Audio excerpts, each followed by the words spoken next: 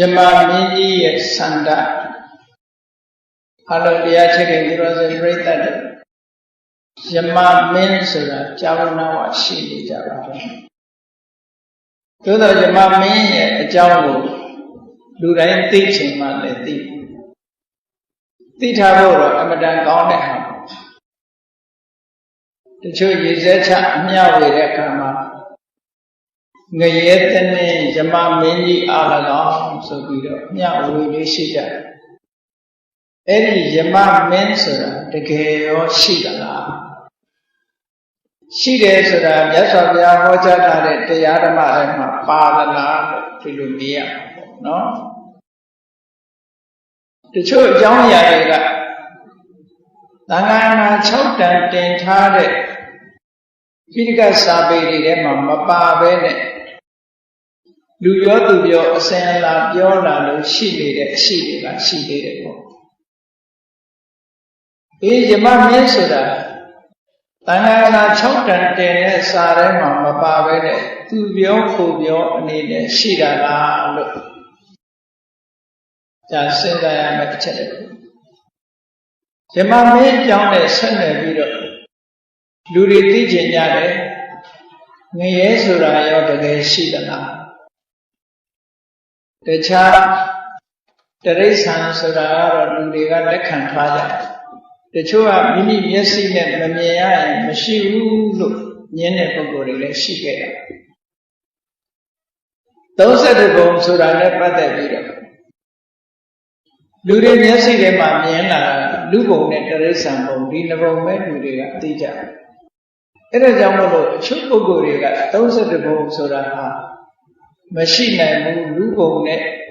the race and bone, Lurimia, Dinaku, she and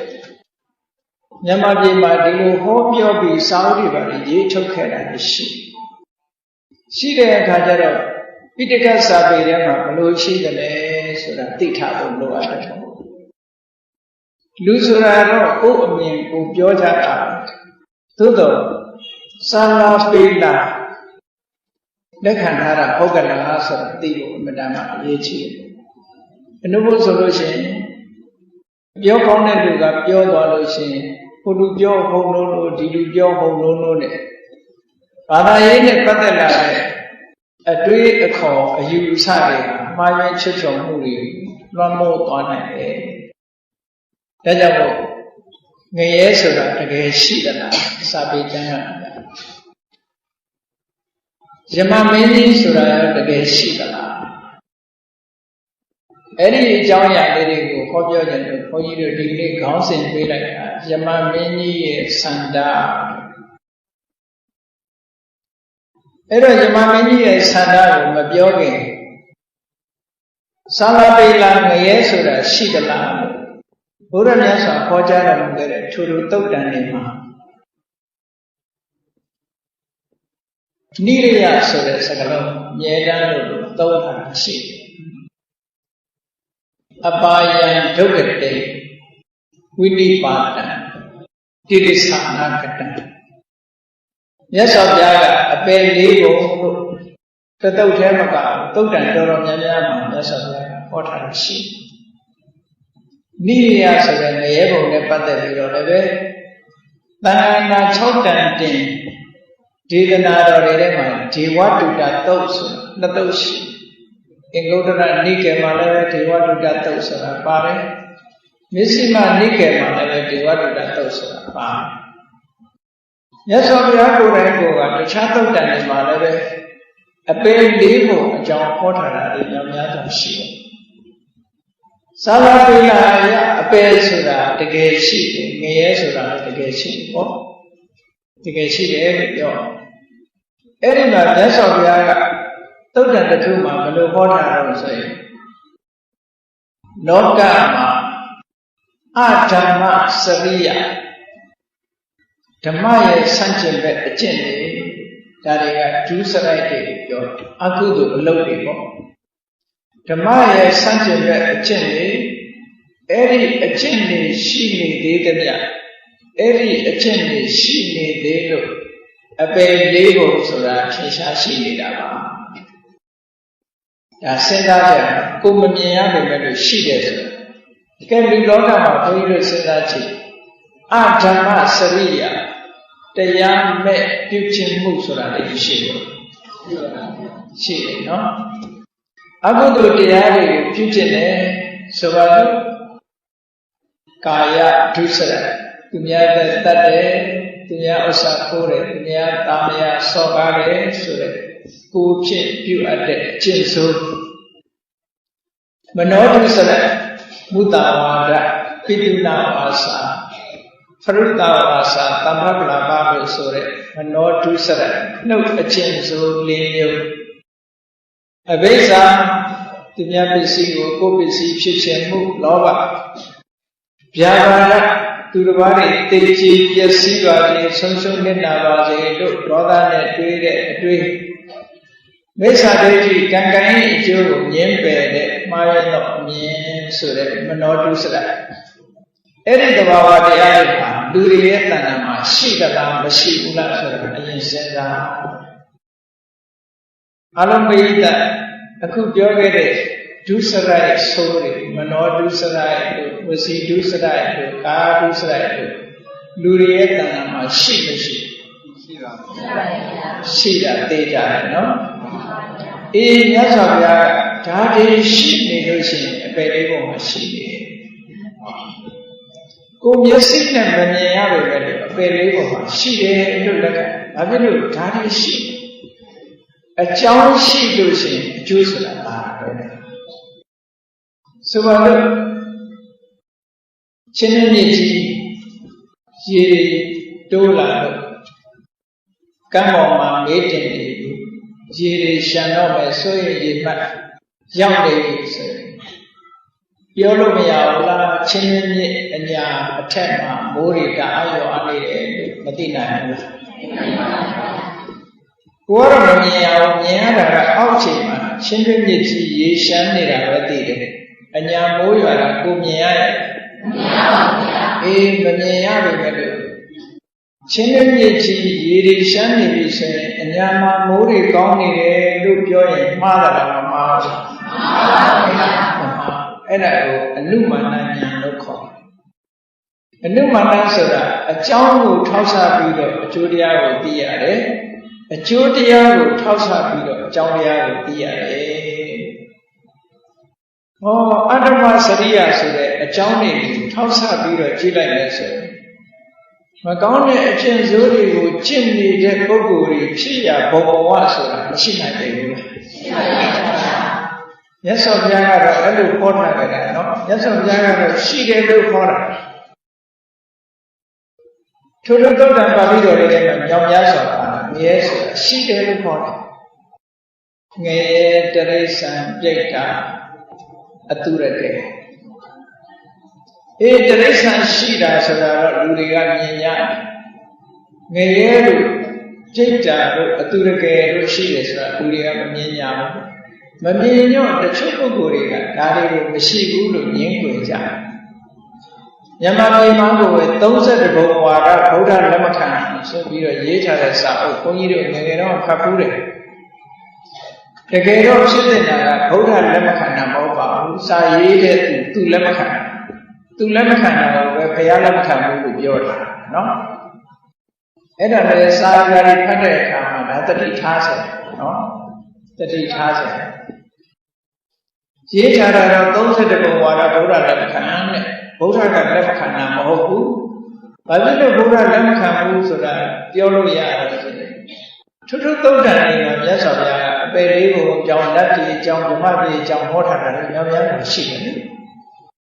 အဲ့ဒီသုတ်တန်တွေဟာသံဃာက6ကံတင်ထားတဲ့သုတ်တွေကြီးပဲ။ကောင်း။အေးဒါကြောင့်မလို့မြတ်စွာဘုရားကအကြောင်းကျိုးဆင်နေပြီးတော့ပြတယ်။လူတွေရဲ့တဏ္ဍာမှာအာဓမ္မစရိယလို့ခေါ်တဲ့အကုသိုလ်တရားဖြစ်ပွားနေမှုတွေရှိနေသောကြောင့်အပယ်လေးကိုငရဲတရိစ္ဆာန်ပြိတ္တာအတုရကေဆိုတာထင်ရှားနေတာပါတဲ့ဟုတ်တာပေါ့လောကမှာဒီအမျိုးမျိုးပေါ့လေ ရာဇဝသားတွေကိုထိမ့်သိမ်းဖို့ထောင်းဆိုတာမျက်မှောက်ခင်မှာမရှိဘူးရှိတယ်နော်အဲ့ဒါမျိုးလိုပဲသဘာဝတရားမှာလည်းဒါမျိုးတွေရှိတယ်ရှိတယ်ဆိုတာကိုသိချင်သိအောင်ဟောစဉ်းစားကြည့်နောက်တစ်ခုမြတ်စွာဘုရားကစัจ jin မဲ့အနေနဲ့ပြောတယ်အတ္တမစရိယဆိုတဲ့တရားမဲ့ပြုခြင်းမှုဇယိုက်ဆိုးတွေရှိတယ်လို့ပဲဓမ္မစရိယစိတ်ကောင်းနှလုံးကောင်းရှိပြီးတော့ကုသိုလ်တရားတွေပြုခြင်းနေတယ်တရားတော်တိုင်ဆောင်ရွက်လုပ်ကိုင်နေကြတာရောလောကမှာမရှိဘူးဆိုလိုတာကသူများအသက်တတ်တဲ့ပုဂ္ဂိုလ်ရှိတယ်လို့သူများအသက်တတ်မှုမှရှောင်ကျဉ်တဲ့ပုဂ္ဂိုလ်မေတ္တာထားတဲ့ပုဂ္ဂိုလ်ရောမရှိဘူးဓမ္မစရိယဆိုတဲ့ကောင်းတဲ့အကျင့်တရားတွေကိုကျင့်ကြံပြုလို့အထုတ်နေတဲ့ပုဂ္ဂိုလ်တွေရှိနေလို့လူပြည်ဆိုတာရှိနေတယ်တဲ့နတ်ပြည်ဆိုတာရှိနေတယ်။ဘာဖြစ်လို့လဲဆိုလို့ရှိရင်ကုသိုလ်တရားတွေပြုလုပ်တဲ့ပုဂ္ဂိုလ်တွေရဲ့အကျိုးပေးရပုံဆိုတာရှိဖို့မရတယ်။ဘုံဘုံငြင်းပယ်လိုက်တာတဲ့တိုင်နဲ့ကံတရားကိုငြင်းပယ်ရရောက်မသွားဘူးလား။ရောက်ပါလေ။ဘာဖြစ်လို့လဲဆိုရင်အကြောင်းတရားကိုငြင်းပယ်လိုက်အကျိုးတရားကိုငြင်းပယ်လိုက်ရင်လည်းအကြောင်းတရားငြင်းပယ်ပြီးသားဖြစ်သွားတယ်။အကြောင်းတရားကိုငြင်းပယ်ရင်လည်းအကျိုးတရားကိုငြင်းပယ်ပြီးသားဖြစ်တယ်။ဘာဖြစ်လို့လဲအကြောင်းနဲ့အကျိုးဆိုတာဆက်ဆက်ပြီးတော့နေတာ။ဒါကြောင့်မို့မြတ်စွာဘုရားကဟောတာရှင်းရှင်းလေးရဲ့မကောင်းမှုဒုစရိုက်တွေရှိနေလို့ငရဲတိရစ္ဆာန်ပြိတ်ကအတူတကယ်လို့ဆိုတဲ့အပေပုံတွေရှိနေတာတဲ့။ကောင်းတဲ့ဒုစရိုက်တရားတွေထွန်းကားနေလို့လူပြည်သားပြည်ဆိုတာရှိနေတာတဲ့။ဒါထင်ရှားဆုံးမြတ်စွာဘုရားတွေးတတ်ခေါ်တတ်အောင်လို့ဟောကြားပေးထားတာအဲ့တော့ငရဲဆိုတဲ့ဘုံဘဝတကယ်ရှိနေပြီလို့ဆိုတဲ့အခါအဲ့ဒီလူတွေပြောနေကြတဲ့ငရဲတဏ္ဍယမမင်းကြီးဆိုတာတော့ရှိတာလို့ဆိုမြတ်စွာဘုရားကဒေဝတုတ္တသုတ်တံမှာယမမင်းအကြောင်းဟောထားတာရှိငရဲကိုကြီးစိုးထားတဲ့ယမမင်းကြီးဆိုတော့လူတွေကကြောက်ကောင်းကြောက်တယ်နော်ယမမင်းကြီးကိုကြောက်ကြယမမင်းကြီးကကြောက်စရာမကောင်းအမတန်ချစ်စရာကောင်းတယ်ပြောအောင်ကြည်ညိုစရာကောင်းတယ်မှာအဲ့တော့ယမမင်းဆိုတာဘာတူလဲလို့မေးလို့ရှိရင်ယမမင်းဆိုတာဝေမာနိကပေတရာဇာဘယ်မှာရှိတဲ့စိတ်ဓာတ်တွေကစိတ်ဓာတ်ဘယင်ကြီးတူပါတဲ့အဲ့ဒါဆိုတယောက်တည်းရှိတာမဟုတ်ဘူးတဲ့သူကတကယ်သူတော်ကောင်းကြီးပဲယမမင်းကြီးဆိုတာတကယ်သူတော်ကောင်းကြီးဒီမှာကြောက်เสียမလို့အင်မတန်ကရုဏာတက်တယ်သူ့ရဲ့ဘုံဘဝကပေတလို့ဆိုတဲ့အတွက်ကြောင့်ဒီဝေမာနိကပိဋကဆိုတာတချို့ဟာကစတုမာရဲ့နတ်ထဲမှာအပါဝင်ဖြစ်တယ်ပေါ့စတုမာရဲ့နတ်ဆိုတော့နတ်ပြည်6ထပ်မှာအနေဆုံးနတ်ပြည်ပေါ့သူကဝေမာနိကပိဋကလို့ဆိုတော့သိပြီးတော့အစင်တန်းမြင့်တဲ့နတ်တော့မဟုတ်ဘူးဘုံမိတ်မှန်လည်းရှိတယ်အစွမ်းတကူလည်းရှိတယ်သူ့ရဲ့အစွမ်းထက်တဲ့လက်နဲ့ကပါလို့ဆိုရင်မျက်လုံးနဲ့ယမမင်းကြီးရဲ့အစွမ်းထက်ဆုံးလက်နဲ့ကမျက်လုံးနဲ့တခြားလက်နဲ့တွေ30ရာမလို့ဘူးတဲ့မျက်လုံးနဲ့ချိလိုက်တာနဲ့လည်းအကုန်လုံးမှာသူကနှိမ့်နေပြီးသားဖြစ်သွားတယ်သူ့မျက်လုံးကအလုံးအစွမ်းထက်တဲ့ဒါကမ္မစိတ်ကြီးလို့ခေါ်တယ်နော်ဆိုပါတော့တရိစ္ဆာန်မှာတချို့ကောင်းတွေအဆွဲရှိကြတယ်ငွေလည်းအဆွဲရှိတယ်ငွေလည်းပဲတစ်မျိုးနဲ့တစ်မျိုးမတူကြဘူးပေါ့ငွေကြတော့ကမ္မစိတ်ပါလာတဲ့အတွက်သူ့အဆွဲထဲမှာမရှိတယ်ဆိုအစိတ်ရှိတယ်ဒီအစိတ်ကဘယ်သူကပေးတာလဲဆိုသူကံကပေးတာသူ့ဘဝကာကွယ်ဖို့ပဲသူကပေးတယ်စိတ်ရှိရန်သူတွေကိုဖယ်ရှားပြနိုင်တဲ့အစိတ်ရန်သူတွေကိုတွန်းလှန်နိုင်တဲ့အစိတ်မွေကနောက်နဂါးတို့အမတန်မှတကူကြီးတဲ့နဂါးကြီးတွေဆိုလို့ရှိရင်အမတန်မှပြင်းထန်တဲ့အစိတ်တွေရှိတာ ဒါတွေကကံပစိတ်တွေခေါ်တယ်ကံကပေးတဲ့စွမ်းရည်တတ္တိတွေပေါ့ဆိုပါစို့ငှက်တွေမှာပဲကြည့်ငှက်တွေဟာအတောင်ကလေးတစ်ဖက်ရိုက်ပြီးတော့အမှန်တန်မြင့်တဲ့ကောင်းကင်ကိုပြန်သွားနိုင်တယ်လူတွေမလုံးနိုင်ငှက်တွေကောင်းကင်ပြန်နိုင်တာဘယ်သူကပေးတာလဲဆိုကံကပေးတာအဲ့ဒါကိုကံပစိတ်တွေလို့ခေါ်တယ်ဒါနဲ့လူတွေမှာကံကပေးတဲ့တကူရှိတာလို့ဆိုရှိတယ်လူတွေမှာလည်းလူတွေရဲ့အစွမ်းတကူကဘလောက်ရှိတယ်ဆိုလူတွေရဲ့အရှိန်ကလူမြင်လိုက်တာနဲ့တရိစ္ဆာန်တွေကအနဖြတ်ဒါလူရဲ့ကံပစိတ်တွေလူမြင်လိုက်တာနဲ့တရိစ္ဆာန်အနလူကလည်းတစ်စေမြင်တော့လမ်းနဲ့သူ့ကိုကြည့်ရတယ်နော်အဲ့တော့တစ်စေမှာလည်းသူ့ကံပစိတ်တွေအသီးသီးရှိကြတယ်ပေါ့ကောင်းပြီယမမင်းကြီးဆိုတာဝေမာနိကပေတရာဇာဝေမာနိကဗိမာန်ရှင်ဖြစ်တဲ့တိတ်တာဘုရင်ကြီးတဲ့သူ့မှာလည်းပဲအမြဲတမ်းချမ်းသာဒုက္ခရတာမဟုတ်ဘူးတိတ်တာဆိုတာကကြားလို့ရတယ်မလားတချို့ကကုသိုလ်ကောင်းမှုကနေလုပ်တယ်ညကြတော့အကုသိုလ်လုပ်တယ်ဆိုရင်နေ့ကြတော့ချမ်းသာဒုက္ခစံစားပြီးတော့ညကြတော့ဒုက္ခခံရနေ့စံညခံဆိုတဲ့တရားတချို့ကြတော့ညအခါကုသိုလ်ကောင်းမှုတွေလုပ်ပြီးတော့နေ့ကြတော့အကုသိုလ်တွေလုပ်ရတဲ့အတွက်ကြောင့်ညအခါကြတော့ချမ်းသာဒုက္ခခံစားရပြီးတော့နေ့ကြတော့ဆင်းရဲဒုက္ခခံညစံနေ့ခံစိတ်ဓာတ်တွေအဲ့လိုလောကမှာတတ္တဝါတွေဆိုတာဘယ်သူမှပြုမိမိမှုဆိုတဲ့အတိုင်းကိုလုတ်ခဲ့တာတွေကိုခံနေကြယမမင်းကြီးဆိုတာဘုံမိတ်မှန်ရှင်ဖြစ်တဲ့ပေတရာဇာတိတ်တာဘုရင်ကြီးတခုဖြစ်တယ်သူကိုယ်တိုင်လည်းကံကောင်းအကြောင်းမသိတဲ့အခါမှာယတနာတွေဆင်းရဲဒုက္ခတွေခံရရှာတယ်ခံရရှာအဲ့လိုခံရတဲ့ယမမင်းကြီးဟာအများတတ္တဝါတွေကိုတဏှာလို့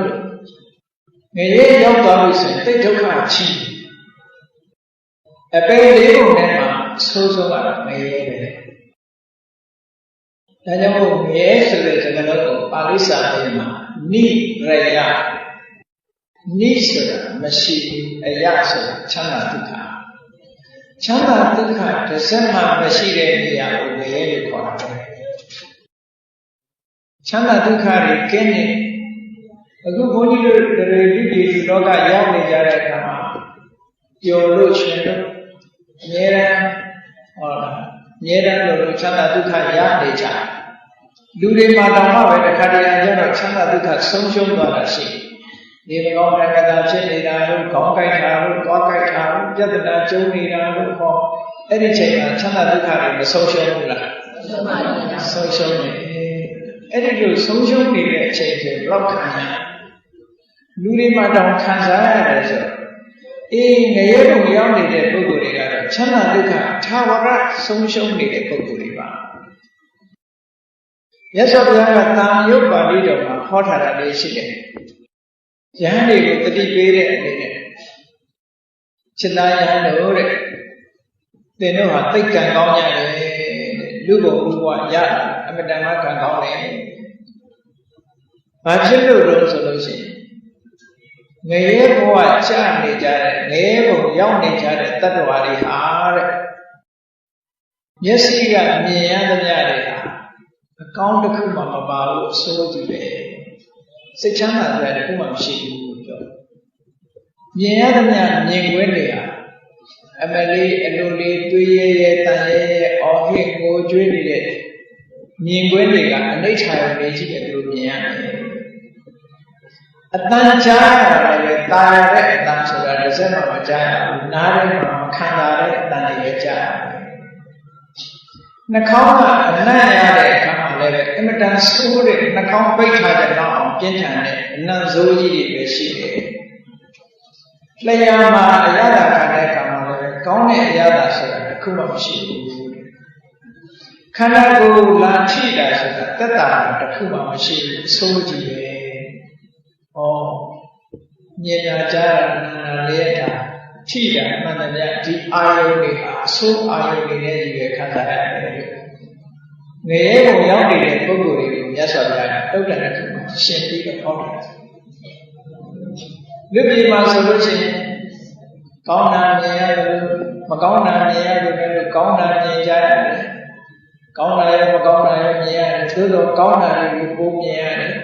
အတန်ကြားတဲ့အခါမှာလည်းမကောင်းတဲ့အတန်ကောင်းတဲ့အတန်ကြားရတော့လည်းကောင်းတဲ့အတန်ပိုကြားရတယ်ဟောချမ်းသာဒုက္ခတွေရမှာကြတယ်လူပြည်လူဘုံလူဘဝဆိုတာဒုက္ခနဲ့ဒုက္ခရောပြီးတော့နေတယ်အဲ့ဒီဒုက္ခဒုက္ခရောနေတာကိုကတတိခိုင်မာခြင်းရဲ့အကြောင်းတရားဖြစ်တယ်လူတွေရဲ့အထူးခြားချက်ချမ်းသာဒုက္ခတက်တက်ရှိမယ်ဆိုရင်လူတွေဟာတတိလေးကြတယ်နတ်တွေကလူတွေတော့တတိမကောင်းဘူးဘာဖြစ်လို့လဲအမြဲတမ်းပျော်စရာတွေနဲ့ကြည့်တယ်ကဲဘုန်းကြီးတို့တွေကြည့်တယ်တယ်လီဗီရှင်းရှေ့မှာရုပ်ရှင်ကိုမော့နေတဲ့အချိန်မှာကျန်တဲ့လေးတွေချမ်းသာဒုက္ခခံစားနေပြီဆိုရင်အကုန်မေ့တယ်နတ်တွေကချမ်းသာဒုက္ခအမြဲခံစားနေရတဲ့အတွက်ကြောင့်နတ်တွေမေ့အလုံးကုန်မေ့တယ်လူတွေကျတော့ဒုက္ခဒုက္ခတလက်စီဖြစ်တဲ့အတွက်ကြောင့်တတိတရားကိုကောင်းနေတယ်ဒီလိုဆိုရတာရှိတတိပို့ပြီးတော့ခံရဲဒါကြောင့်မို့လို့လူပြေကပို့ပြီးတော့တန်ဖိုးရှိတယ်ပြောတာနော်နတ်ဘုံကချမ်းသာပါရဲ့လူတွေချမ်းသာသို့တော့ကုသိုလ်ကောင်းမှုလုံးနိုင်တဲ့ရှိကောင်းကကြည့်လိုက်လို့ဆိုရင်လူဘုံဘူးပေါ့မမီလူဘုံကအမတန်မှတန်ဖိုးရှိတယ်ဒါကြောင့်မို့နတ်ပြေကနတ်တူစုတည်စိတ်ကြတော့မယ်ဆိုတော့လူတွေကိုဖြားလာနေတာလည်းမဟုတ်ဘူးယောဂဝေဒနာရနေတာလည်းမဟုတ်ဘူးကံကြမ္မာပေါ်မှာမိတည်ပြီးတော့နတ်သားတယောက်နတ်သမီးတူစုတည်กันနေဆိုလို့ရှိရင်အတိတ်မိတ်ကလေးတွေပေါ်လာဘာတွေအတိတ်မိတ်ပေါ်လာလို့ဆိုလို့ရှိရင်ဘုရားရဲ့အဝတ်လေးကနွားလာဆင်ထားတဲ့ပန်းလေးကညှိုးလာခါတဲ့ကြောမှအဝတ်မှာနွားတယ်လို့ရှိဖို့ရတယ်လို့ရှိအမြဲတမ်းတိတ်ပဲလမ်းဆက်နေပန်ထားတဲ့ပန်းလာလည်းအမြဲတမ်းတိတ်ပဲနေတယ်ပြီးတော့သူတို့ခန္ဓာကိုယ်ကဘယ်တော့မှချွေးချက်ပဲမရှိလူပြေမှာဆိုရင်အိုးပူအိုက်ဘူးဆိုရင်ချွေးတစ်ဆက်ဆက်ကြာနတ်တရဲ့ခန္ဓာကိုယ်မှာချွေးထွက်လာပြီဆိုရင်အဲ့ဒီနတ်သားနတ်သမီးရဲ့အစုတွေတော့ဝတ်ထားတဲ့ဝတ်နွမ်းလာတဲ့ပန်းတွေညှိုးလာတဲ့ပတ်ထားတဲ့ပန်းညှိုးလာတဲ့ဂျိုင်းညာချွေးထွက်လာတယ်ခန္ဓာကိုယ်မှာလည်းအလှပြည့်တဲ့အနေထားလေးတွေပေါ်လာတယ်ခါရဲဆိုရင်နတ်တွေရဲ့ခန္ဓာကိုယ်ကအမြဲတမ်းဝင်းဝါလှပပြီးတော့နေတယ်တေကံနိလတွေဆိုလို့ရှိရင်အယောင်လေးတွေကလည်းညှိုးလာပြီးရုပ်ပြည့်စင်ကြက်ကလေးဖြစ်လာတယ်ပြီးတော့မိမိနေတဲ့ဘုံဘိမှာနေချင်စိတ်မရှိပြင်းလာကိုသွားကြတယ်သွားကြတယ်ဖြစ်လာအဲ့ဒါနမိတ်၅ပါးလို့ခေါ်တယ်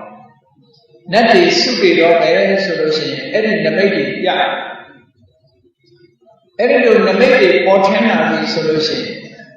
အဖော်တဲ့ဖြစ်တဲ့နတ်တွေကသူ့ကိုဘယ်ခေါ်သွားကြလဲဆိုရင်ဥယျာဉ်နဲ့ဆက်ခေါ်သွားတယ်နန္ဒမောဥယျာဉ်ဆိုတာအလုံးကိုလှပတဲ့ဥယျာဉ်ကြီးတရားတော်မှာလို့စိတ်ပြည့်နေတဲ့စိတ်တက်ကြနေတဲ့နတ်တော်ပါနန္ဒမောဥယျာဉ်ကြီးတဲ့ရောက်သွားပြီဆိုလို့ရှိရင်မေ့သွားတယ်အဲ့တော့ပြောကြကောင်းပါပဲအဲ့ဒီနန္ဒမောဥယျာဉ်ကြီးတဲ့ဆွဲခေါ်သွားပြီးတော့သူ့ဘာပြောကြအောင်ဆိုရင်တကယ်ချင်းသူကတိဘုံကိုရောက်သွားလိုက်ပါတရားမှမကြောက်နဲ့တည်လို့ရှိရင်သူကတိဘုံကိုစိတ်ညွတ်ထားသူကတိဘုံကိုရောက်အောင်သွားသူကတိဘုံရောက်သွားပြီးတဲ့အခါကောင်းဆုံးသောအရာကိုရအောင်ယူတဲ့အဲ့ဒီရထားတဲ့အရာကိုမင်းခိုင်ခိုင်မာမာဖြစ်ပါစေအဲ့ဒီစကားသုံးလုံးမှားလိုက်ကြတယ်ဝိုင်းပြီးတော့တိုက်တွန်းကြတယ်အေးသူကတိဘုံသွားဆိုတာဘယ်ကိုသွားခိုင်းတာလဲဆိုတော့လူပြည်ကိုသွားခိုင်းတာလူပြည်ကိုသွားအကောင်းဆုံးသောအရာကိုရအောင်ယူဆိုတာအားလုံးဆိုတရားတရား ယုံကြည်မှုမှမရှိလို့ရှိရင်သို့မဟုတ်ကုသိုလ်ရေးမှာစိတ်ဝင်စားမှုမရှိဘူးဆိုရင်ဘယ်ကုသိုလ်မှလုပ်မဟုတ်ကုသိုလ်ပေါ်မှာစိတ်ဝင်စားတာတို့ကံကံရေးအကျိုးကိုယုံကြည်တာတို့ဆိုရင်တတ်တာအားလုံးပဲလမ်းဖွင့်ပေးတာဖြစ်တော့သူရှိတယ်အဲ့ဒါအကောင်းဆုံးလားလို့နတ်တွေကယူဆတယ်အဲ့ဒီရထားတဲ့တတ္တတရားကိုလည်းခိုင်မာအောင်လုပ်ပါအဲ့ဒီအချက်၃ချက်နဲ့ပြည့်စုံပြီဆိုလို့ရှိရင်သေတော်ကိစ္စမရှိဘူးလူပြေရောက်သွားတယ်တရားတရားပဲရှိတယ်တရားတရားခိုင်မာတယ်ဆိုရင်ကုသိုလ်ကောင်းမှုလုပ်ပြီးနတ်ပြည်ပြန်ရောက်မှာပဲသိချင်တော့အဲ့ဒါကြောင့်မို့လို့ဒီစကားသုံးခုပြောပြီးတော့တိုက်တွန်းတယ်ဒါနတ်ပြည်ရဲ့ဆန္ဒလူဟာလူပြည်လူဘဝအမတန်မှတန်ဖိုးထားဘာဖြစ်လို့တန်ဖိုးထားတာတော့လူဘဝကသူတို့ရဲ့ချမ်းသာလို့တန်ဖိုးထားတာမဟုတ်ဘူးသူတို့ရဲ့အသက်ရှည်လို့တန်ဖိုးထားတာမဟုတ်ဘူး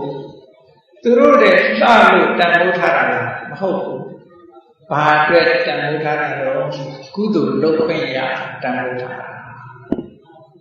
တန်ဖိုးထားတာလည်းမတူဘူးနော်နတ်ရဲ့ချမ်းသာဒုက္ခနဲ့စာရရဲ့လူရဲ့ချမ်းသာဒုက္ခဆိုဘာမှပြောစရာမရှိမပြောတော့ဘူးမနိုင်ဆိုင်တော့ဘူးနတ်ရဲ့အသက်နဲ့လူအသက်တန်းကိုရှင်ကြည့်မယ်ဆိုရင်လူအသက်အမတန်တိုးတယ်မပြောမှတော့ဘူးနတ်ရဲ့အစင်းရောင်နဲ့လူရဲ့အစင်းရောင်ဆိုတာလည်းရှင်လို့မရဘူးသို့တော့အဲ့ဒီနတ်တွေလူပြည်တန်ဖိုးထားနေကြတယ်ဘာကြောင့်တန်ဖိုးထားလို့ဆိုတော့ကုသိုလ်ကောင်းမှုလုပ်နေရတယ်ပါလေကုသိုလ်ကောင်းမှုကိုသိပြီးတော့တန်ဖိုးထားကြတယ်။ဘာဖြစ်လို့လဲဆိုတော့သူတို့ဘဝဒီကံပေါ်မှာမှီပြီးတော့သက်ရှင်ရတယ်တဲ့။ကမ္မပလူပစီကံအကျိုးနဲ့သက်ရှင်ရတယ်ဘုံဘဝ။ဒီကောင်းပြီနတ်တွေကသူတို့ရဲ့စိတ်ဆန္ဒဒီလိုရှိတယ်။ငရဲတနည်းယမမင်းကြီးဆိုတာလည်းသူ့ရဲ့ဆန္ဒဘာလဲ။ယမမင်းကြီးကသူတောင်းတာဆန္ဒနော်ဘုန်းကြီးတို့လူပြေကလူတွေကဘာများတောင်းတာကြတချို့ကနတ်ပြေတောင်းတာမှာပဲယမမင်းကြီးကဘာလို့တောင်းတာလဲဆိုလို့ရှိရင်အဟောဝတ္တမနုဿတ္တံလဘေးလူဘဝရချင်လိုက်တာဟောနံပါတ်1နော်ယမမင်းကြီးရဲ့ဆန္ဒနံပါတ်1ကလူဘဝကိုရချင်အခုတရားရှိခိုးတော်နဲ့ပြိဿတို့ဘုန်းကြီးတို့တွေကလူဘဝရနေကြနတ်တွေကတန်ဖိုးထားတဲ့လူဘဝကိုရနေတယ်ဘာကြောင့်တန်ဖိုးထားတယ်ကုသိုလ်လုပ်ခွင့်ရတယ်တရားဓမ္မကိုထူးထူးခြားခြားသိနိုင်တန်ဖိုးထားကြတယ်အေးယမမင်းကြီးရဲ့နံပါတ်1ဆန္ဒဟောပတ္တမနုဿတ္တမဘေးငါလူဘဝရကြတဲ့အခါဒါတခုလူဘဝရတဲ့အခါလူပြည်လူလောကမှာဘုရားပွင့်တာနဲ့လည်းကြုံကျင်လိုက်တာသူရဲ့ဆန္ဒအခုဘုန်းကြီးတို့တွေလူဘဝလည်းရနေကြပြီဘုရားပွင့်တဲ့အခါနဲ့လည်းဆုံးနေကြဇမမင်းကြီးရဲ့ဆန္ဒပြုတယ်လို့ဘုန်းကြီးတို့တွေရနေတယ်ဆိုတာကိုယ့်ကိုထင်သေးကြတယ်အချိန်ကောင်းရှိနေတယ်အခွင့်ကောင်းကြီးရနေတယ်ဆိုတာကိုအလေးနဲ့ထားနော်အလေးနဲ့မထားဘူးဆိုရင်ကိုယ့်ဟာကိုယ်တန်ဖိုးမသိလို့ရှိတန်ဖိုးရှိမှမသိလို့ရှိရင်အနာတအချိန်ကုန်သွားတယ်တန်ဖိုးကိုတန်ဖိုးရှိမှမသိလို့ရှိရင်တန်ဖိုးမရှိတဲ့အချိန်တွေတန်ဖိုးမရှိတဲ့အလုပ်တွေနဲ့အချိန်ကုန်သွားနိုင်တယ်ဒါကြောင့်တန်ဖိုးသိလို့တဲ့အေးယမမင်းကြီးရဲ့ဆန္ဒလူဘဝရကြတဲ့အခါငါလူဘဝဖြစ်နေတဲ့အချိန်မှာဘုရားပွင့်တဲ့အချိန်တွေလည်းတွေ့ချင်တယ်ကြုံကျင်တယ်အဲ့ဒီဘုရားကိုလည်းငါစိတ်ကကိုးကွယ်ခွင့်ရချင်လိုက်တာဘုန်းကြီးတို့တွေဒီအချက်တွေပုံရနေပြီနော်အဲ့ဒီမြတ်စွာဘုရားကငါ့ကိုတရားဟောရင်သိကောင်းပါလေဘုရားဟောတဲ့တရားကိုငါနာကြသိရရင်နားလည်ရရင်သိကောင်းပါပဲငါးချက်နော်ယမမင်းကြီးဆန္ဒအမေနာမတတ်လို့ရှိလူဘဝရခြင်းနဲ့လူဖြစ်နေတဲ့အခိုက်ဘုရားပွင့်တာနဲ့ကျုံနေတယ်အဲ့ဒီဘုရား ကိုစိတ်ကကိုယ်ွယ်ခြင်းနဲ့ဘုရားဟောတဲ့တရားကိုနာခြင်းနဲ့အဲ့ဒီတရားကိုသိခြင်းဟောဒီ၅ခုကဓမ္မမင်းကြီးရဲ့ဆန္ဒပဲမြတ်စွာဘုရားကဒီတုတ်တံမှာဟောထားတယ်ဓမ္မမင်းကြီးဟာငရဲသားတွေရဲ့ဆင်းရဲဒုက္ခတွေကိုကြည့်ပြီးတော့အခုလိုသူဟာတဒန်းတာဆန္ဒတွေကိုထုတ်ဖော်တာအဲ့ဒီလိုဓမ္မမင်းကြီးဟာဆန္ဒကိုထုတ်ဖော်တယ်ဆိုတာသူများပြောတာကိုငါကြားတာမဟုတ်ဘူးသူများစီကတဆင့်ပြရတာမဟုတ်ဘူးငါတို့လည်းမြင်တယ်ငါတို့လည်းကြားတယ်မြတ်စွာဘုရားနော်ဘာဖြစ်လဲလို့ဆိုတော့မြတ်စွာဘုရားကဒိဗ္ဗစက္ခုလို့ခေါ်တဲ့ထူးခြားတဲ့အဘိညာဉ်မျက်စိကြီးရှိနေတာအဲ့ဒီအဘိညာဉ်မျက်စိကြီးနဲ့ဖြန့်ပြီးတော့ကြည့်ထားလိုက်တယ်ဆိုရင်လောကမှာရှိတဲ့အရာခတ်သိမ်းမှုနီးသည်ဖြစ်စေဝေးသည်ဖြစ်စေသေးသည်ဖြစ်စေကြီးသည်ဖြစ်စေအကုန်လုံးမြင်နေရတယ်အတန်ကြားလို့ရတယ်ပဲဒိဗ္ဗသောတာဆိုတဲ့ထူးခြားတဲ့တကုတ်ပါဝါရှိတဲ့နားကိုဖန်ဆင်းထားလိုက်လို့ရှိရင်ပြောသမျှအတန်တွေအကုန်ကြားနေရတယ်ရှင်မမင်းကြီးကသူဆန္ဒထုတ်ပေါ်တာမြတ်စွာဘုရားကကိုယ်တိုင်သိတယ်ကိုယ်တိုင်ကြားတယ်ကိုယ်တိုင်မြင်အဲ့ဒါကိုငါဟောတာမယုံမှဆိုးလို့နော်ငါကိုယ်တိုင်သိငါကိုယ်တိုင်မြင်တာသူများစီကနေကြားလို့ငါတဆင့်ပြောတဲ့စကားမဟုတ်ဘူးတဲ့အဲ့ဒီတုတ်တန်တရားဆိုရင်ရှင်မမင်းကြီးရှိတယ်ဆိုတာတကယ်ဟုတ်တယ်ဒါဖြင့်ဒီရှင်မမင်းကြီးဟာဝေမာလိကပေတရာသာပြိတ္တာဘုရင်ကြီးလို့ဆိုတော့ငရဲကိုသူပါကိစ္စပါဘာဖြစ်လို့သူကငရဲကိုသွားပြီးတော့ငရဲကိုသွားအုပ်ချုပ်ရမယ်တကယ်တော့သူဟာစေတနာဝန္တတကယ်စေတနာဝန္တငရဲချလာတဲ့တ attva တွေကိုတဏှာလို့လွတ်ရလို့ကြောင်းလို့သူကရှာပေးတယ်လမ်းဖွင့်ပေးတကယ်သူတော်ကောင်းကြီးကဲတင်လို့ငရဲတကားတွေမှာသွားဆောက်အလုတ်ပြက်အကံပြက်အဲ့ဒီမှာသွားနေတာသူဘယ်သူကမှတာဝန်ပေးတာမဟုတ်ဘူးနော်ဘယ်သူကမှတာဝန်ချထားတာမဟုတ်ဘူးငရဲရောက်လာတဲ့ပုဂ္ဂိုလ်တွေကိုသူကဖြောင်းဖြောင်းဖြားဖြားနဲ့ငရဲကနေပြီးတော့လွတ်ရလွတ်ကြောင်းကိုလမ်းဆောင်ပေါ်ပေးခြင်းဒါဖြင့်သူကကယ်နိုင်တဲ့ပါဝါသူ့မှာရှိတာမရှိပါဘူးသူမကယ်နိုင်ပါဘူးဒီဟာအမတန်မှတော်ဟောကြတယ်နော်တေချာစဉ်းစားကြည့်လောကလူတွေကပြောကြတယ်လူတယောက်ဟာအသက်အန္တရာယ်ကြုံလို့လူကကယ်နိုင်တယ်နဲ့ပြောကြတာဆိုတော့သူယောဂဝေဒနာဖြစ်ဘယ်ဆရာကဆေးကုပြီးကယ်လိုက်တယ်တကယ်ကယ်တာကဘယ်သူကတော့ဆိုလို့ရှိရင်ဆရာဝန်ကဆေးလားဆိုလို့ရှိရင်တိုက်ရိုက်ကယ်တာကတော့ဆေးတယ်ဟုတ်ကဲ့အဲ့ဒီဆေးတောက်ရအောင်ဘယ်သူကကယ်တယ်ဘယ်သူကပြောတော့ဆိုဆရာဝန်ကပြောတယ်သို့တော့ဆရာဝန်ကြီးဆေးမပါဘူးဆိုရင်ကြောက်ပါမလားကြောက်ပါဘူးကြောက်ဘူးအဲ့ဒီသဘောကိုသေချာစဉ်းစားတော့ဆရာဝန်ကဆေးညွှန်းတယ်ကိုယ်ကဆေးတောက်တယ်ဆေးကကိုယ့်ရဲ့အသက်ကိုကယ်အဲ့ဒီသဘောမျိုးလိုပဲယမမင်းကငရဲချလာတဲ့ပုဂ္ဂိုလ်တွေကိုကယ်တယ်ဆိုတာသူတို့လုပ်ခဲ့တဲ့ကုသိုလ်တရားလေးတွေကိုပေါ်ပေးတာပေါ်ပေးတဲ့အခါကျတော့ပြန်ပြီးတော့အမှတ်ရလာတဲ့အခါကျတော့တကယ်ကယ်သွားတာကဘယ်သူကကယ်တယ်လို့ဆိုသူလုပ်တဲ့ကုသိုလ်ကကယ်သွား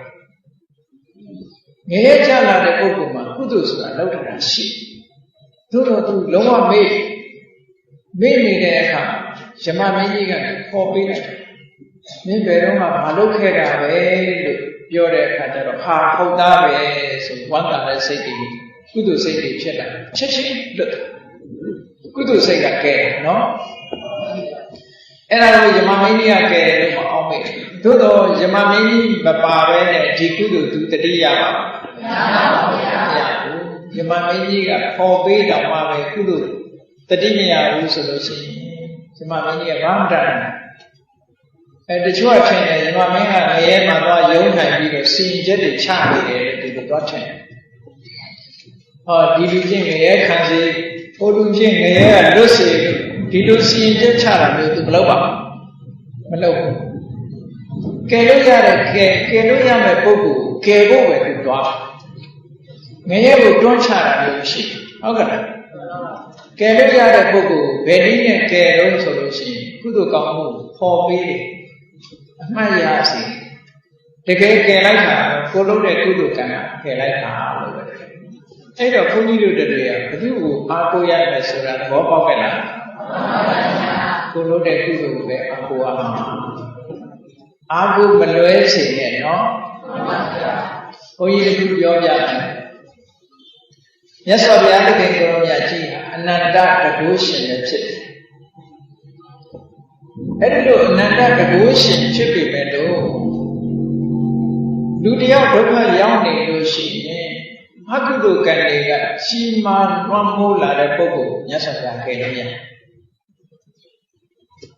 မကယ်နိုင်ဘူးကုသိုလ်မမှန်ရင်လည်းမြတ်စွာဘုရားကမမစားနိုင်ဘူးဒါကြောင့်တချို့ကပြောတယ်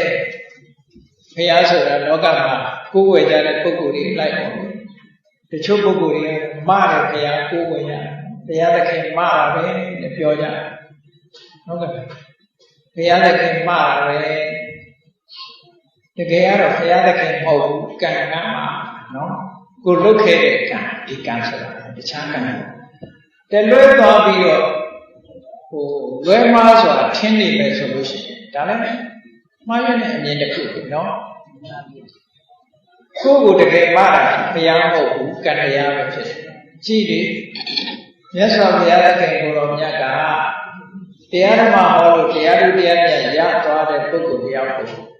အေဟိဘေကုจิตာယဟံလာခဲ့လို့ဆိုပြီးတော့သာသနာတော်ကိုဖိတ်ခေါ်လိုက်တဲ့အခါမှာလူအသွင်ပြောက်ပြီးတော့ယဟန်အသွင်ရောက်လာတယ်ဆိုတာပရိက္ခဏ၈ပါးပြုပြီးတော့ဆူတောင်းခဲ့တဲ့ပုဂ္ဂိုလ်မှရတာလူတိုင်းကိုလုပ်ပေးခြင်းလည်းရတာနော်မရဘူးအကယ်၍သာဘုရားကကရုဏာရှင်ဖြစ်သည့်အတွက်ကြောင့်မဟာကရုဏာရှင်ဖြစ်သည့်အတွက်ကြောင့်လူတိုင်းကိုချမ်းသာအောင်လုပ်ပေးမှာဖြစ်နိုင်ပါမလားမဖြစ်နိုင်ဘူးကံမပါလို့ရှိရင်ဘာမှကိုကဲ့တယ်လို့မရဒီခါတော့မှပုံဝတ္ထုတွေတစ်ခုရှိတယ်လေသိဆင်းရဲနေတဲ့လူတယောက်ကိုမချင်တယ်ဘယ်လိုလုပ်လို့ဆိုအဲ့ဒီလူကဒီလမ်းကနေအမြဲတမ်းသွားတယ်သူကအပေါ်မော့ပြီးသွားလို့ရှိတယ်ဒါကြောင့်မလို့သူမြင်အောင်လို့ဆိုပြီးတော့အဲ့ဒီပစ္စည်းလေးကိုအပေါ်အချိတ်ထားအဲ့ဒီနေ့ကျတော့ဘာလို့သွားလဲမဟုတ်ပါဘူးအော်ဒီကောင်မဟုတ်သွားတာပဲဆိုနောက်ရကျတော့အောက်ချပြီးအဲ့ကျတော့မော့သွားတယ်ကံမရှိတဲ့လူကျတော့ကျမ်းမှတ်ပြီးတော့ကိုလွဲမှာပဲဟုတ်ကဲ့လားကိုကြီးချင်းတော့မရကံမပေးပြီဆိုလို့ရှိရင်ဘာမှမရအဲ့ဒါကြောင့်ကံကောင်းအောင်လုပ်ပြီးကြမာဂရုမြင်တရားမရဲ့ဝတ္ထုတွေ့ကြပါလိမ့်ခပ်ပြကြပါလိမ့်မာဂရုမြင်ဘဝကအငယ်ဆုံးစတိဖြစ်တဲ့သူစာတာလို့လည်းခေါ်သူစာတာကသူ့ကိုယ်သူပဲဖိလိန်အနှပြင်ပြီးတော့နေတာသူ့လိုကောင်းတော့မလုပ်တဲ့အခါသေတော့ဘယ်တော့ဖြစ်တယ်ဆိုလို့ရှိရင်သူကဗျိုင်းမှသွားဖြစ်တယ်တရားမကြီးကအဲ့ဒီဗျိုင်းမှကိုနတ်ဖြစ်အောင်သူလုပ်ပေးနိုင်ဘူးငါလုပ်လို့ဆိုရင်နီးတန်းပေးအေးဗျိုင်းဆိုတာမျိုးကလည်းပဲငါသက်စားတဲ့တိရစ္ဆာန်မျိုးပဲပါဏာတိပါဒကျူးလွန်တဲ့အကောင်မျိုးအဲ့ဒါကိုပါဏာတိပါဒဆောက်တည်ခိုင်းတယ်တန်တယ်ဘာလို့ခိုင်းတယ်လဲသီလဆောက်တည်ခိုင်းတယ်တရားမဲကသူ့စီကိုခေါ်ကြတာဒီတိုင်းခေါ်လို့မရဘူးဟုတ်ကဲ့ဘာလို့ကသီလကျင့်ခိုင်းတဲ့အခါကျတော့သီလကိုဆောက်တည်တဲ့အခါရိုက်ပေါ်ကနေလွတ်ပြီးလူ့ဘဝရောက်တော့တရားမင်းကလိုက်ပြီးတော့ဆောက်ရှောက်တယ်လူ့ဘဝရောက်တဲ့အခါမှာလည်းပဲနတ်ပြည်ဖြစ်အောင်လို့ဆိုပြီးသီလကိုဆောက်တည်ခိုင်းတယ်သီလကိုခိုင်းနိုင်မှဆောက်တည်လိုက်ပြီဆိုတဲ့အခါကျတော့မှသူဟာတတ္တိယဘဝကျမှနတ်ပြည်ရောက်သွားတယ်အဲ့တော့ဘာလို့မလုပ်လဲကုသိုလ်ပဲလုပ်ခိုင်းတယ်ဒီယမမင်းကလည်းအဲ့တိုင်သူကစီရင်ချက်မချဘယ်သူကစီရင်ချက်ချကံတရားကပဲစီရင်ချက်ချလွတ်ရအောင်လည်းသူကလုပ်ပြီးကုသကံလုပ်ပြီးရ ဒါကြောင့်မို့ယမမင်းဆိုတာတကယ်သူတော်ကောင်းကြီးစေရနာဝတ္တနော်ဒါဘုရားဘာသာကျမ်းစာမှာစာပေမှာပါတဲ့ယမမင်းဆိုတာအဆိုးမှမဟုတ်ဘူးသူကတတ်တဲ့ငရဲတကားဝါတွေမှာသွားပြီးသူယုံထိုင်တယ်ယုံထိုင်တာကဘာအတွက်ယုံထိုင်တာလဲဆိုငရဲကြတာတဲ့ပုဂ္ဂိုလ်တွေကယ်လို့ရရင်ကယ်ဖို့ဆိုတဲ့အနေနဲ့သွားယုံထိုင်တာတကယ်စေတနာကောင်းတဲ့ပုဂ္ဂိုလ်နော်အေးငရဲကြသွားတဲ့ပုဂ္ဂိုလ်တွေကသူစောင့်နေတဲ့အခါကျတော့ဒီဝတ္တတသုတ်တံမှာဟောထားတာလေးရှိတယ်လောကမှာတဲ့တချို့လူတွေကအကျင့်စရိုက်အမတန်ဆိုးကြမကောင်းတဲ့အပြောတွေမကောင်းတဲ့အတွေးတွေဟာလားမကောင်းတဲ့အလုပ်တွေလုပ်ကြတယ်ဒုစရိုက်အလုပ်တွေတွင်တွင်လုပ်ပြီးတော့တည်တဲ့အခါကျတော့ဘယ်ရောက်သွားဆင်းရဲဒုက္ခများတဲ့ငရဲကိုရောက်သွားတယ်တည်လိုက်တာလည်းအဲ့ဒီကိုရောက်သွားတဲ့အခါကျတော့ဇမမင်းကြီးကငရဲတကားဘဝမှာသူကထိုင်နေအဲ့မှာသွားစောင့်နေတော့ငရဲတဲ့ကိုတွန်းပို့ပဲငရဲသားတွေဆိုတာလည်းပဲကံကြမ္မာအမရောက်ပြောရတယ်ဖြစ်တတ္တဝါတွေကိုမြင်စေဖို့ဆိုတာသူတို့ကလည်းတချို့ကလူဆိုတာတော့အပျော်လာလုပ်တဲ့လူပဲရှိတယ်အဲ့ဒီငရဲမှာလည်းတချို့ငရဲသားတွေကခုနကတိတ်တံမျိုးတွေတက်ဒုက္ခရောက်တဲ့လူတွေဒုက္ခပေးခြင်းကိုလာနေကြတာအဲ့လိုလူကလည်းရှိတယ်လူလောကမှာလည်းလူဆိုးတွေမရှိဘူးလားရှိတယ်လူတကာလိုက်ဒုက္ခပေးတဲ့လူဆိုးရှိတယ်လို့ပဲအေးကျန်တဲ့ပုံပွားတွေမှာလည်းပဲအဲ့ဒီလိုအဆိုးဝါးတွေရှိအဲ့ဒီအဆိုးဝါးတွေလှုပ်ချင်တာလှုပ်လို့မရအောင်ယမမင်းကြီးကလာဆောင်ပေးကဲလူပြေကလူတယောက်အကောင်းမှုဒုစရိုက်တွေကျူးလွန်ပြီးတော့ငရဲပြေရောက်လာတဲ့အခါကျတော့ခုနကဖန်ခေါ်လာတယ်သူတို့နယ်နိမိတ်ထဲလည်းရောက်တော့အဲ့ဒီလူကိုဖန်ခေါ်တယ်လူဝါသေးသွားပြီငရဲကြတော့တဲ့ပုဂ္ဂိုလ်ကဖန်ခေါ်သွားတယ်အဲ့ဒီလိုဖန်ခေါ်သွားတဲ့အချိန်ယမမင်းကြီးစီသွားယမမင်းကြီးကိုသူတို့ကပြောကြတယ်ဆိုရှင်မင်းကြီးတဲ့ဟောဒီလူဟာအမေလည်းမလုပ်ကျွေးဘူးတဲ့အဖေလည်းမလုပ်ကျွေးဘူးအမေကိုလည်းထော်တော်ကန်းလုပ်တယ်အဖေကိုလည်းထော်တော်ကန်းလုပ်တယ်ဆွေတွေမျိုးတွေလည်းဘယ်သူမှမလေးစားဘူးသူတော်စင်သူတော်မြတ်တွေကိုလည်းစော်ကားတယ်ဒီလူကိုအမိန့်တံအပြစ်ဒဏ်ချပါဘာမို့ကြဘာလို့လဲတော့ဆိုအဲ့ဒီငရဲနယ်မြေမှာသွားပြီးတော့ဖြစ်လာတဲ့တတ္တဝါဘွားကနဲ့ဥပပတ္တိဥပပခရိတရေအနေနဲ့သွားပြီးတော့ဖြစ်တာဖြည်းဖြည်းချင်းမွေးပြီးတော့ကြီးလာတာမဟုတ်ဘူးအဲ့ဒီမှာပြောမယ်ဆိုရင်ရောင်နေနဲ့ရောက်သွားတာပေါ့နော်ကံကနေပြီးတော့တွန်းပို့လိုက်တယ်ငရဲပြေရောက်သွားတယ်အဲ့ဒီလိုရောက်ဒီလူခန္ဓာကိုယ်ကြီးနဲ့ရောက်တာမဟုတ်ဘူးဘဝတစ်ခုပြောင်းပြီးအဲ့ဒီလိုရောက်တာချက်ချင်းလူခန္ဓာကိုယ်နဲ့ရောက်တာဒါနဲ့ပြောအောင်မယ်အတွေ့အကြုံလေးတွေပြောတာနော်ကိုလည်းတွေ့တော့တွေ့ခဲ့ပြီမှာပေါ့သို့တော်လည်းပဲလူတွေဆိုတာမေ့ကြတယ်ပေါ့လူတိုင်းဟာဘဝကသေးလာကြတာရှိတယ်အဲ့တော့လူတွေဟာတစ်ခါကျတော့ရုပ်တရက်သေဆုံးသွားလို့ရှိရင်ကိုသေးတာမသိဘူးဒါလည်းဟုတ်တယ်နော်ကိုသေးတာမသိဘူးကိုသေးတာမသိဘူးကိုအလောင်းကိုပြန်မြင်နေတာဒီနားမှာရှိလို့ရှိရင်ကိုအလောင်းကိုပြန်ကိုသေးတာမသိဘူးဆိုတော့ဘဝတစ်ခုကနောက်ထပ်ဘွားကနေဖြစ်လာတဲ့အခါကျတော့ဒီဘဝတော့လူလို့ပဲအောင်းမေ့နေကြအဲ့လိုအောင်းမေ့နေသည့်အတွက်ကြောင့်သူ့စိတ်ထဲမှာအော်ဒါငါအိမ်ပဲဒါငါမိသားစုပဲဒါငါသားသမီးတွေပဲဒါငါပစ္စည်းပဲဆိုပြီးတော့သွားလိရှိနေတယ်အဲ့ဒီကိုရောက်တဲ့အခါသူ့ကိုဘယ်မှအသိမပြုဘူးမြင်လည်းမမြင်ဘူးခေါ်လည်းမခေါ်ကြဘူးနောက်ဆုံးမှသူမွေးထားတဲ့ခွေးကတော့သူ့ဟောင်းဘာဖြစ်လို့သူကယုတ်ကြီးကပြောင်းနေယုတ်ပြောင်း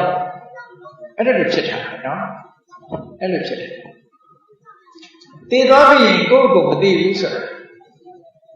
ဘုန်းကြီးတို့စာပေထဲမှာပါယဟန်တော်တစ်ပါးကမ္မထမ်းထိုင်က ကမ္မထထိုင်းနေရင်ကနေခုခေတ်လိုပြောရင်တော့ဟတ်တဲ့နေမှာသို့မဟုတ်လေဖြတ်သွားတာနော်ကမ္မထထိုင်းနေရင်လည်းပြန်တော်မူသွားတယ်ပြန်တော်မူသွားပြီးချင်းနတ်ပြည်ရောက်ပြီးတော့နတ်သားတော်ဖြစ်နတ်သားတော်ဖြစ်တော့သူ့ကိုယ်သူနတ်သားလို့မထင်ဘူးအိပ်ပျော်ရနိုးလာတဲ့ပုဂ္ဂိုလ်တရားရဟန်းလိုပဲထင်တယ်ထိုင်ရကြည့်ပဲတဲ့ဥမာအဲ့တော့သူ့ရဲ့အချမ်းအယံဖြစ်တဲ့နတ်သမီးတွေဘုံဘိမှန်ကနေဆင်းလာကြပြီးတော့သူ့စီလာကြတာဟောအေးတို့ဘိမှန်ရှင်တော်ရောက်ပြီဆိုပြီးလာကြတော့သူကဘယ်လိုထင်အေးဒကမတွေကြောင်းလာကြတာနဲ့တူတယ်အဲ့လိုထင်တယ်သူသိတော့မသိဘူးဒကမတွေလာကြတယ်ဧည့်သည်တွေနဲ့တူတယ်လို့ဆိုပြီးတော့သင်္ကန်းတွေပါပြင်ဖို့ပြီးတော့သူကစက်ခုံတွေချပြီးငုတ်တုကြီးဒီတိုင်းပဲထိုင်အဲ့ဒါလိုထိုင်းနေတဲ့အခါကျတော့မှခုနကနတ်သမီးတွေကသဘောပေါက်ပါဩဒါဘုန်းကြီးဘဝလာတဲ့နတ်သားနေမှာပဲသူကသူဘုန်းကြီးထင်နေတော့ပဲဆိုပြီးတော့မှန်ထောင်ပြရတယ်လို့ပြောတာအဲ့ဒါလိုမှန်ထောင်ပြတဲ့အခါမှာကြည့်လိုက်တော့မှသူ့ပုံပန်းတန်ကပြောင်းနေပြီဘုန်းကြီးမဟုတ်တော့ဆိုသိရတယ်ဒါလည်းယုတ်တိရှိတကယ်ယုတ်တိရှိရုပ်တရက်ဖြစ်သွားတာဆိုလူကကိုယ်သေးတာမသိလိုက်တာရှိအများကြီး။နောက်ဘောကပြန်မွေးတာလည်းရုပ်တရက်မွေးလိုက်တာဆိုတော့သူကမသိတော့ဘူး။အိယာကနေလန့်လို့တယ်လို့ပဲဖြစ်သွားတယ်။အိပ်ပျော်ရကနေလို့လာတဲ့ပုံစံမျိုးဖြစ်တယ်။သို့တော့အရင်ခန္ဓာကိုယ်ကြီးမဟုတ်တော့ဘူး။ခန္ဓာကိုယ်ကြီးကတမျိုးဖြစ်နေ။တရေဖြစ်တဲ့လူကြတော့ဘလို့ဖြစ်တယ်ဆိုလို့ရှိရင်ဒီဘဝသေးတော့ကိုယ်ကြတော့ဆောင်းကြောင်ထိုင်ရကြီးဖြစ်တယ်။ဆောင်းကြောင်ထိုင်ရကြီးဖြစ်တဲ့သူ့ကိုယ်သူကြည့်လိုက်တဲ့အခါကျတော့ငါဒီနောက်မှာတော့ထိုင်းနေတာပါလေကြည့်လိုက်တဲ့ဒီကိုယ်လုံးနဲ့အမွှေးတွေအမေနေနဲ့ကိုတရားသွားခြင်းပြီဆိုပြုတ်ခနဲ့ရောက်သွားဒီနေရာသွားခြင်းပြီဆိုလည်းပြုတ်ခနဲ့ရောက်သွားအဲ့ကြတော့အော်ငါသေးလာပြီငါတရေဖြစ်နေပါလားလို့အဲ့ချက်မှသိတယ်လောကကြီးဘဝတန်တရားဆိုတာအမြဲတမ်းအထူးဆန်းတယ်နော်အေးကောင်းပြီငရဲရောက်လာတဲ့လူကိုယမမင်းကြီးကနေပြီးတော့ယမမင်းကြီးစီခေါ်လာကြတယ်ခေါ်လာပြီးတော့ဒီလူကိုအပြစ်ဒဏ်ချမှတ်ပါတဲ့ဒီလူကအလွန်ဆိုးတဲ့လူအမေစော်ကားခဲ့တယ်ဖေစော်ကားခဲ့တယ်သူတော်ကောင်းတွေကိုပြစ်မှားတယ်ကိုယ့်ရဲ့ဆွေမျိုးတွေအကြီးအကဲတွေကိုဘယ်သူမှဂရုမစိုက်ဘူးဒီလူကိုအပြစ်ဒဏ်ခတ်ရမယ်ဒါကြောင့်မို့သူငယ်ရောက်လာတယ်အဲ့ဒီလိုလာပြီးတော့ယမမင်းကြီးစီအပ်တဲ့အခါကျယမမင်းကြီးကတဏှာအမတန်မှကျင်နာတဲ့မျက်လုံးနဲ့ချိပြီးတော့အေးအမောင်ယောက်ျားယောက်ျားတွေများလို့ကြည့်နော်အမောင်ယောက်ျားတဲ့မင်းလူပြေမှာနေတော့ကနတ်တွေကလွတ်ထားတဲ့တမန်တွေမတွေ့ရဘူးလားဒီလေးကိုပြောတယ်နော်ပထမတမန်ကိုမင်းမတွေ့ခဲ့ဘူးလားဆိုသူကနားလေကောင်းရန်တွေ့တယ်အေးမင်းငါပြောတာနားလေနဲ့တူတယ်ကဲငါတိုက်ရိုက်ပြောမယ်လူပြေမှာမင်းအဖိုးကိုဖွားဖို့တွေ့ခဲ့ဘူးလားတွေ့ခဲ့ပါလေအဖိုးကိုဖွားဖို့တွေ့တဲ့အခါကျတော့ငါလည်းပဲကိုရအောင်ပါပဲမအိုးခင်ငါကုသိုလ်ကောင်းမှုတွေလုံးပါပဲလို့မင်းမတွေးမိဘူးလားဆိုကျွန်တော်တို့မတွေးမိပါဘူးတဲ့လေးပြောခဲ့တာကုသိုလ်ကောင်းမှုလုံးမဆန်းတာနော်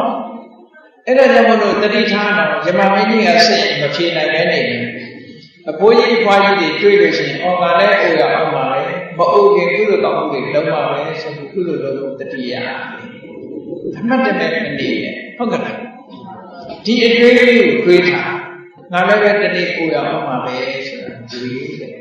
ဒါယမမင်းကြီးကတင်ပေးတာသူ့ကိုနော်အဲ့လိုမတွေးမိဘူးလားမတွေးမိပါဘူးကျွန်တော်ပြောမေးခဲ့ပါတယ်အေးဒီအကုသိုလ်တွေကဘယ်သူလောက်တာမှမဟုတ်ဘူးတဲ့မင်းလောက်တာမင်းလောက်ရင်တော့မင်းခံရမှာပဲမင်းအမေနဲ့မဆိုင်ဘူးအဖေနဲ့မဆိုင်ဘူးဆွေမျိုးတွေနဲ့မဆိုင်ဘူးမင်းလောက်တာလည်းတော့မင်းခံရမှာတဏှာလို့ယမမင်းကြီးကအဆုတ်တတတာနဲ့ဟုတ်ကဲ့ကဲဒီကောင်ပထမဟာမေးလို့မရဒုတိယအခုမေးမင်းဒုတိယတမန်တော်ကြီးကိုတွေ့လားမတွေ့ပါဘူးမင်းမသိသေးတဲ့ဒုတိယတမန်ဆိုတာ အမလေးအလိုလေးနဲ့ဆင်းရဲဒုက္ခရောက်နေတဲ့လူမမာလို့မတွေ့ခဲ့ဘူးလားလူနာတွေတော့တွေ့ခဲ့တာအဲဒီလူနာတွေတွေ့ရင်ငါလည်းပဲဒီနေ့ကြာလို့ရှိရင်ဖြားနိုင်ရတဲ့လူနာမျိုးဖြစ်မှာပဲမဖြစ်ခင်ကကြိုတင်ပြီးတော့ဥဒ္ဒကောင်းမှုတွေများများလုပ်ပါပဲမင်းမတွေ့ဘူးလားလို့ဆိုမတွေ့ပါဘူးတဲ့မေးရောခဲ့ပါအေးဒါဆိုလို့ဒီအမှုကိုပြစ်တယ်မင်းပဲခံရမှာကုသိုလ်ကောင်းမှုများတတိယပေါ်ပေးနေတာနော်အေးဒုတိယလည်းမသိဘူးဆိုတော့ဒါဖြင့်တတိယတမန်ရောမင်းမြင်ခဲ့လားလို့ဆိုတတိယတမန်ဆိုတာဘာပြောတာလဲအေးတတိယတမန်ဆိုတာတခြားမဟုတ်ဘူးမင်းလူသေးမတွေ့ခဲ့ဘူးလားတွေ့ခဲ့ပါဘုရားလောင်တော်ထွက်တယ်ဆိုတာလေသူနာသူသေးဟုတ်လားဟုတ်ကဲ့ဒီနမိတ်ကြီးတွေကိုမြင်ပြီးတော့တော်ထွက်တာလေအဲ့ဒါတော်ထွက်တာဘာလို့လဲစဉ်းစားလို့ဘုန်းကြီးတို့တွေဖိုးတွေဖွားတွေတွေ့မစဉ်းစားကြဘူးဖိုးဖွားတွေတွေ့တယ်မစဉ်းစားကြဟုတ်လားသူသာအိုတယ်ငါအိုဘူးလို့ပဲတွေ့တာ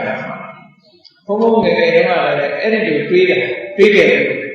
ဟောဒီဖိုးကြီးဖွားကြီးဆိုမွေးကြတဲ့ဖိုးကြီးဖွားကြီးတွေမှာငါတို့တော့အဲ့လိုဖြစ်မှာမဟုတ်ဘူးအဲ့လိုအောင်မေ့နေ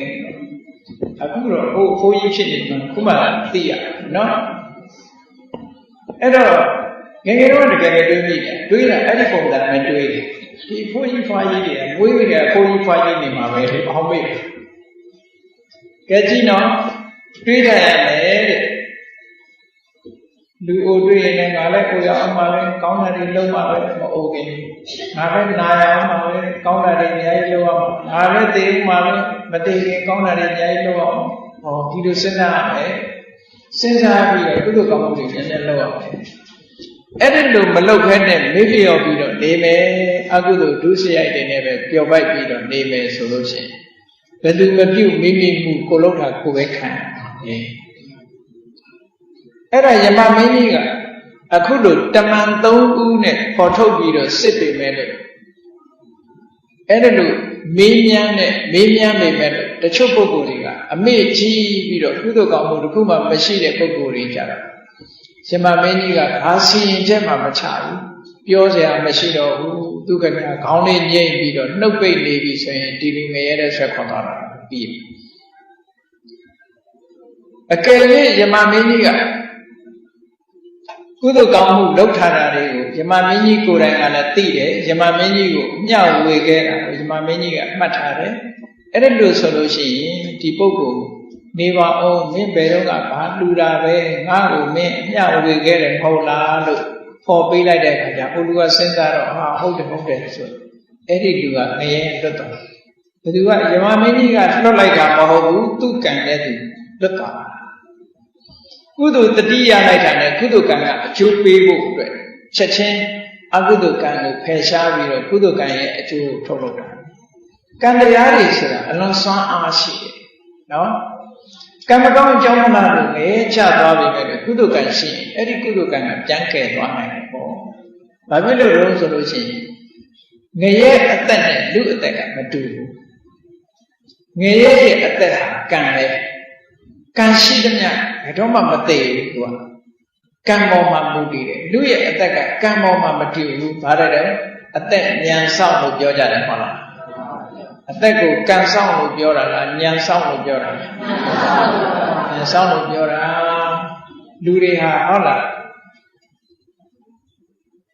အသိဉာဏ်လေးနဲ့ญาတိဥဒုနဲ့ကောင်းနေမယ်ဟုတ်လားအစားအစာလေးကောင်းတာလေးစားမယ်ဆိုရင်အသက်ရှည်လာငရဲပုံရောက်နေတဲ့တတ္တဝါတွေကြတော့အဲ့လိုမဟုတ်ဘူးတဲ့ကံရှိရင်ခံနေတော့ကံကမကုန်သေးရင်ကံကုန်သည်ထိခံသူတို့ရဲ့အသက်ကံအဲ့ဒီကံနဲ့အားကြီးတဲ့ကံတစ်ခုရလာပြီဆိုရင်အဲ့ဒီကံကိုဖြတ်တောက်လိုက်တာဖြတ်တောက်လိုက်ခုနယမမင်းကြီးကနေပေါ်ပေးလိုက်တဲ့ကုသိုလ်တတိယနဲ့အဲ့ဒီကုသိုလ်ကံကနေဖြတ်တောက်လိုက်ဖြတ်တောက်လိုက်ပြီးတော့ချက်ချင်းကုသိုလ်ကံအကျိုးပေးတဲ့ဆင်ရောက်တာပဲဒါကိုလွတ်တာလို့ခေါ်တာတီယိုကျွန်းမှာအဲ့ဒါမျိုးဖြစ်ခဲ့တီယိုကျွန်းကတမီလူမျိုးဒီကဆယန္တဆိုတဲ့တမီလူမျိုးဟာဘုရားကိုရွှေပြားကပ်ပြီးတော့လှူခဲ့ဦးတယ် အဲ့လိုရွှေပြားကလှူတဲ့အချိန်မှာသူကရှင်မမင်းကြီးကိုမျှဝေခဲ့တယ်အဲ့ဒါကိုရှင်မမင်းကြီးကနေမင်းလူဘွားတော်ကငါ့ကိုမျှဝေခဲ့တာပဲမင်းမမှတ်မိဘူးလားလို့ပြောတော့တတိယ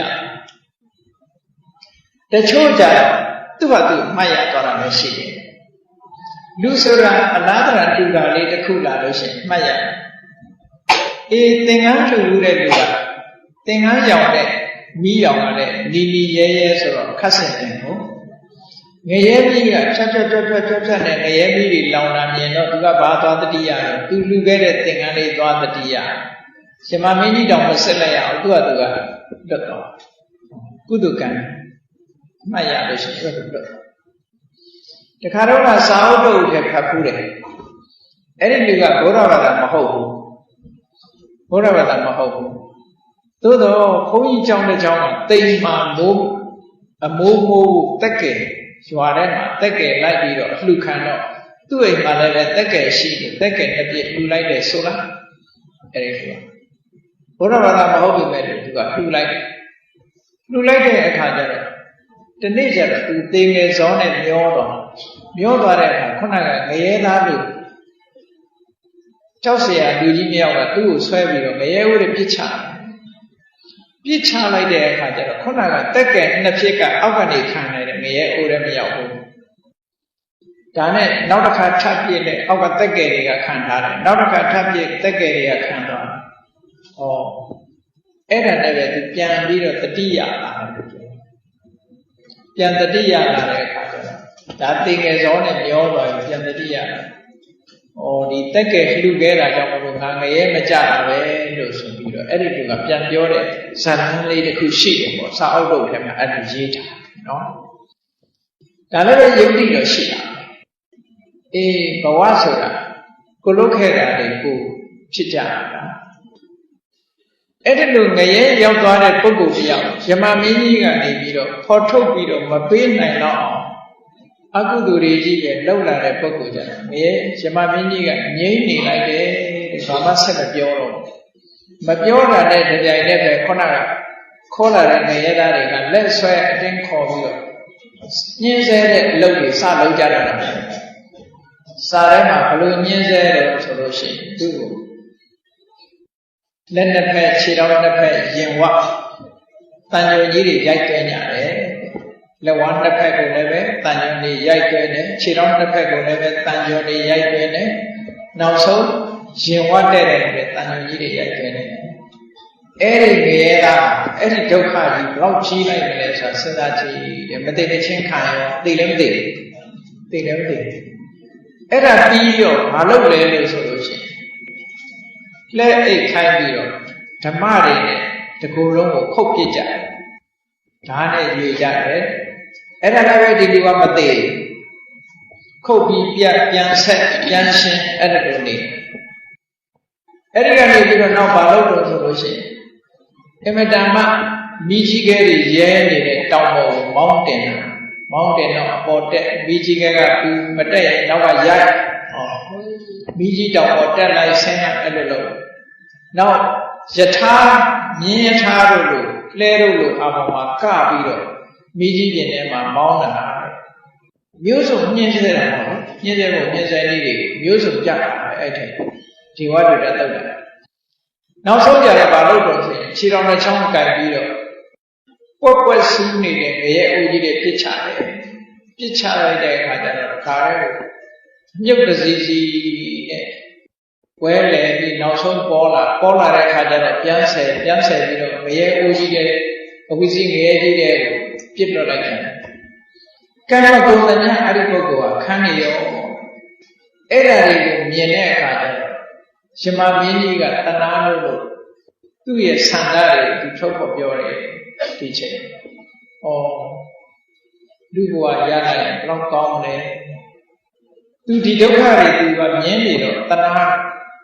လူဘဝရမှဒီဒုက္ခတွေကလွတ်နိုင်မှာဘူးလူဘဝရရင်ဘယ်တော့ကောင်းနိုင်မလဲလူဘဝရတဲ့အချိန်မှာဘုရားမြတ်ပွင့်လာရင်ဘယ်တော့ကောင်းနိုင်မလဲဘုရားပွင့်နေတဲ့ဘုရားကိုစိတ်ကကိုးကွယ်ရရင်ဘယ်တော့ကောင်းလဲအဲ့ဒီစိတ်ကကိုးကွယ်တဲ့ဘုရားကငါ့ကိုတရားဟောရင်ဘယ်တော့ကောင်းလဲ ဘုရားတရားကိုသိရှိနားလည်လဲတော့ကောင်းတယ်ဆိုတော့ဒီဆန္ဒကိုထုတ်ပေါ်ပြောကြပါတယ်ဒါကြောင့်ဘုရားချက်ခင်သူတော်စင်ပြိဿတို့ဒီယမမင်းကြီးဆန္ဒပြုခဲ့တဲ့အတိုင်းတို့တွေကလူဘဝရနေကြပြီနော်ဘုရားပွင့်တဲ့သာသနာမှာလည်းပဲဘုန်းကြီးတို့တွေကျုံနေကြပြီသာသနာတော်ကိုကိုယ်ဝယ်စိတ်ကတဲ့ပုဂ္ဂိုလ်တွေဖြစ်သောကြောင့်ဘုရားကိုလည်းပဲစိတ်ကကိုယ်ဝယ်နေကြရပြီ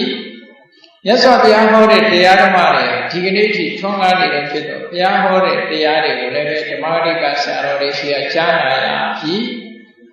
အဲ့ဒီတရားတွေကိုလည်းထပ်တဲ့မရောက်တို့သိရှိနားလည်ကြရပြီဒီချက်ပိုသိတို့တွေသီလတော်ဘာတွေပညာဆိုတဲ့ဘာဝနာကျင့်စဉ်တွေကိုကျင့်ပြီးတော့နောက်ဆုံးဟာတဏှိဒုက္ခဆိုတဲ့နိဗ္ဗာန်အငြိမ့်ချက်ကိုရမှသာလေဒီဆင်းရဲဒုက္ခတွေတို့ခွင်းလုံးကျွတ်လွတ်မှာပါလားလို့ကိုယ်စီသဘောကျပြီးဘုရားမြတ်စွာဟောကြားတော်မူခဲ့တဲ့တရားဓမ္မတွေကိုသိတဲ့သိအောင်ဒါနကောင်းမှုပြုတဲ့နေရာမှာဒါနအကြောင်းသိရင်ဒါနလုပ်ဖို့သီလအကြောင်းဟောတဲ့အခါမှာသီလဆောက်တည်ဖို့သမထဝိပဿနာဘာဝနာတရားအကြောင်းဟောတဲ့အခါမှာသမထဝိပဿနာဘာဝနာတွေကိုကျင့်ကြံကြိုးကုပ်အထုတ်ပြီးတော့အတိညာလူတွေရလို့နောက်ဆုံးနိဗ္ဗာန်ကိုမျက်မှောက်ပြုပြီးတဲ့အခါကျတော့တဏှာထဲမှာကြုံတွေ့နေရတဲ့အခုလိုပြောခဲ့တဲ့အပေပုံမှာကြာရောက်ပြီးတော့ဒုက္ခမျိုးမျိုးခံရတာဘုံဘဝထဲမှာရှိနေပြီးတော့ဒုက္ခမျိုးမျိုးအိုနာတေးဆိုတဲ့ဒုက္ခဘေးတွေကမလွတ်နိုင်အဲ့ဒီဒုက္ခတွေအလုံးကလွတ်ရငြိမ်းရချုပ်ရဖြစ်တဲ့နိဗ္ဗာန်ကိုတို့တွေရောက်ရှိကြမှာဧကံဖြစ်တယ်လို့ကိုယ်စီကိုယ်ကရရှိထားတဲ့အခွင့်ကောင်းကြီးကိုလက်လွတ်ဆုံးရှုံးခြင်းမဖြစ်စေဘဲနဲ့တတိတရားကြီးစွာဖြင့်ကျင့်ကြံကြိုးကုပ်အားထုတ်နိုင်ကြပါစေကုန်သတည်း